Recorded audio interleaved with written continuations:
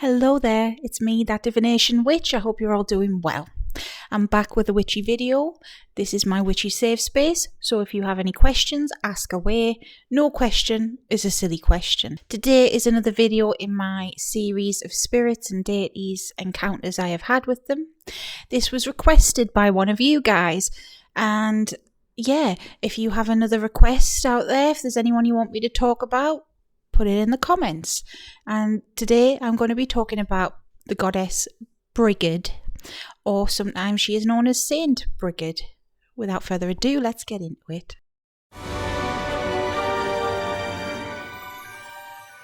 If you're new here, hello and welcome. My name's Sarah. Like I say, I go by that divination witch.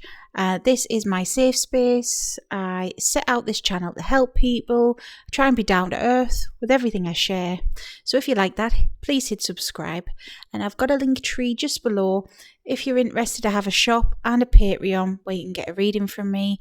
I'd be so grateful if you could check it out. Thank you. The goddess Brigid herself. Who is she?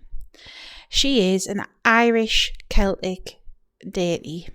She was one of the main goddesses of the pre-Christian beliefs, and she's the goddess of the home and the hearth and healing, family, and smithing, a blacksmith lady as well. She was very integral to Irish culture. Think of Hestia, think of Vesta, these hearth goddesses, these home and family goddesses. She was that. She was just so important to those peoples.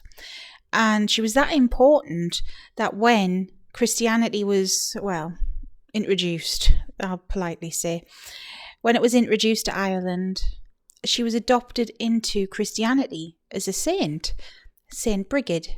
And she's still acknowledged to this day. And we've just passed a special time for her in bulk, which last year I celebrated, but this year not so much, because I'm not a Celtic witch. That's a video for another time.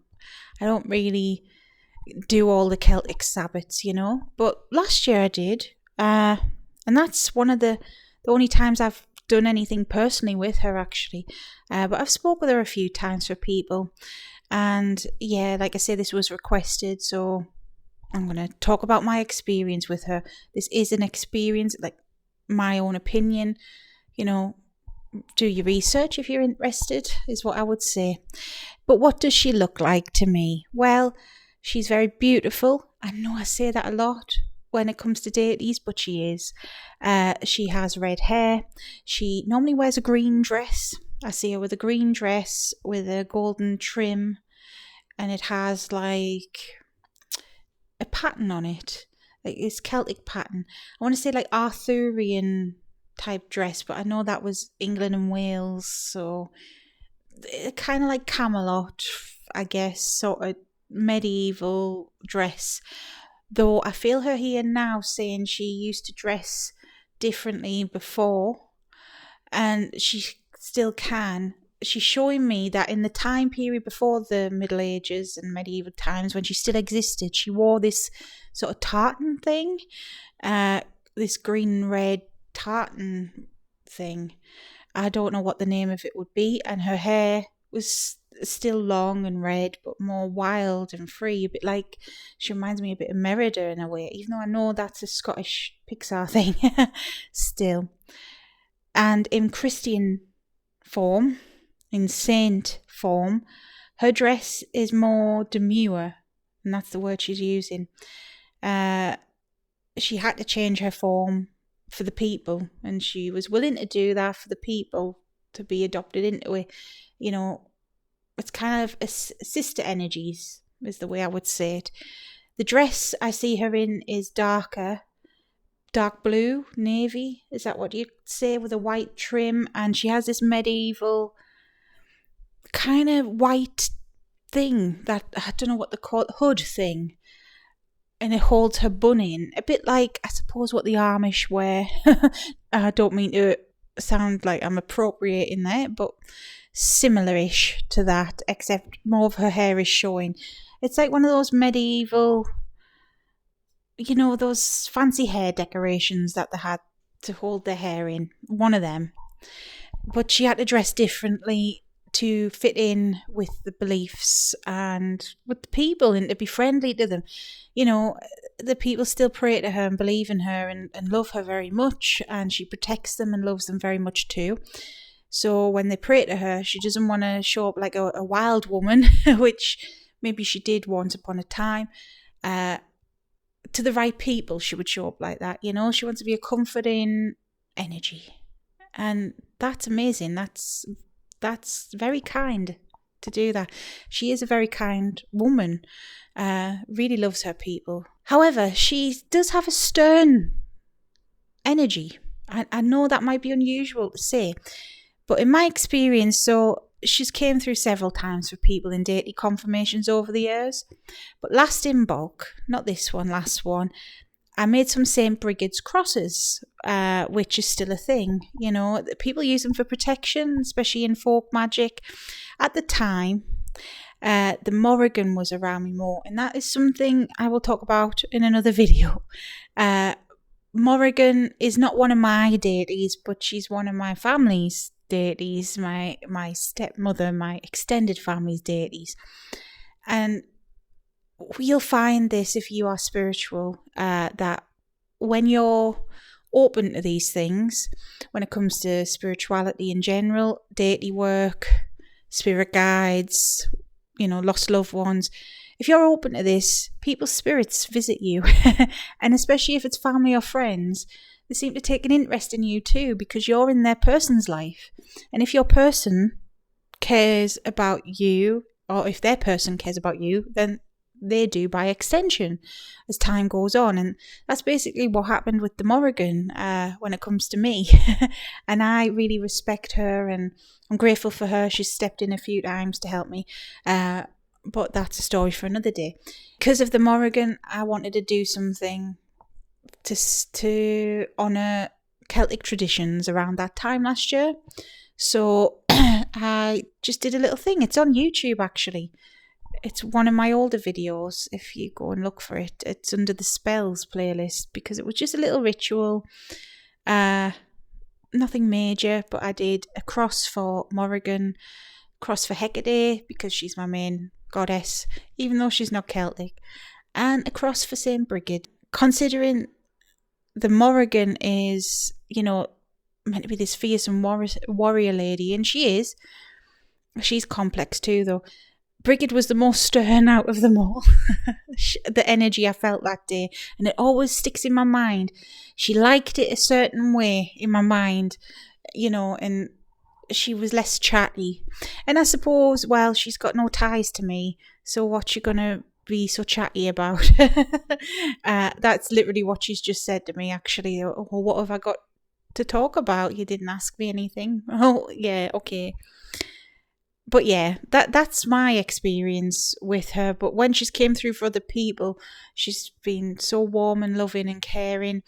I've seen her with a cauldron as well, a big cauldron and an anvil, which I know that's a bit unusual for women, I suppose. Well, women archetypes to be smithing goddesses, meaning they make weapons and the goddesses of the forge. But that just goes to show how she used to be back in the day, how different it was, how she's had to change. And that's what she's saying. She has had to change, be a different face for the people.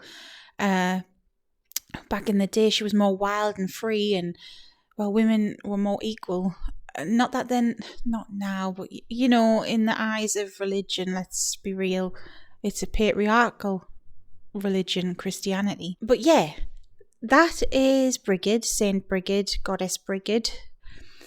Another quick story I can tell as well. This is more recent. That kind of has to do with Brigid, but isn't exclusively. And I just found it interesting, and I'm going to share. And I'm sure the spirits involved don't mind this. So there's a member. One customer came to me and openly.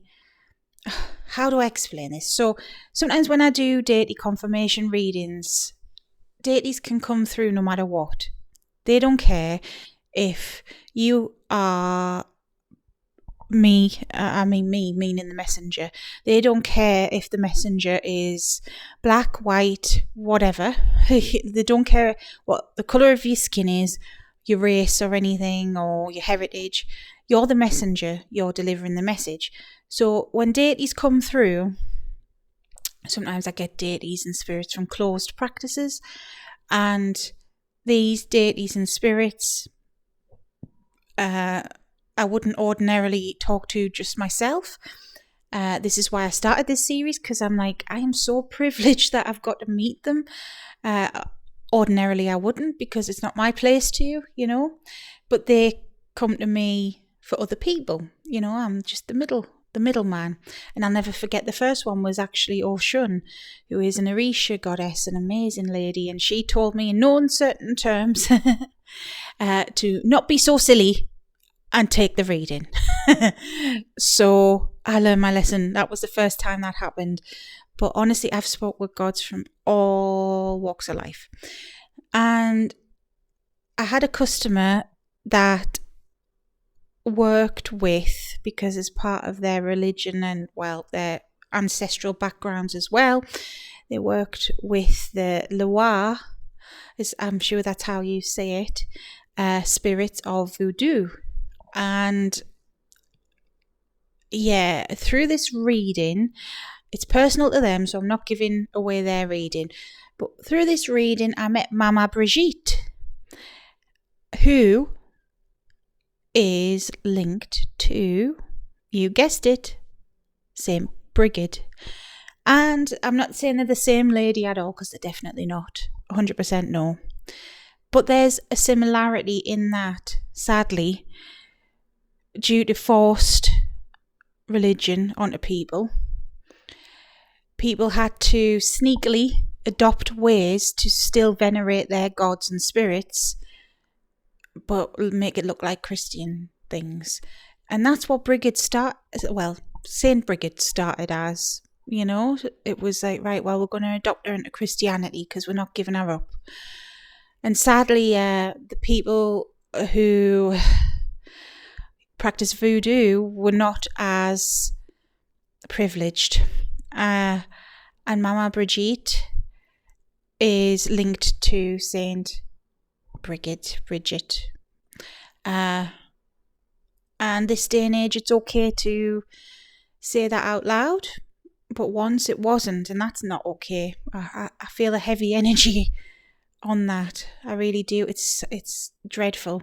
I can't even put it into words.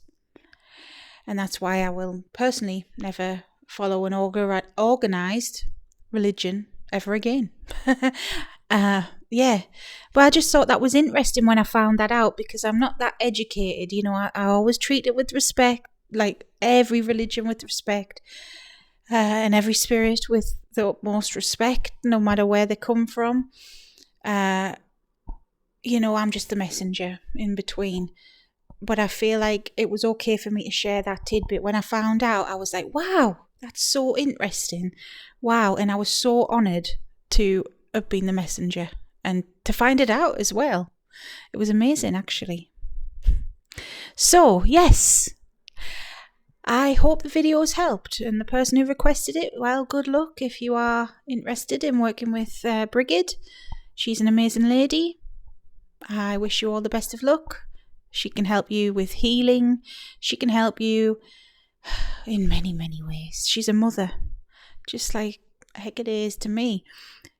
She's nurturing, kind, caring. So yes, she's going to heal you, but she's also going to be stern and give you a telling off when you need it.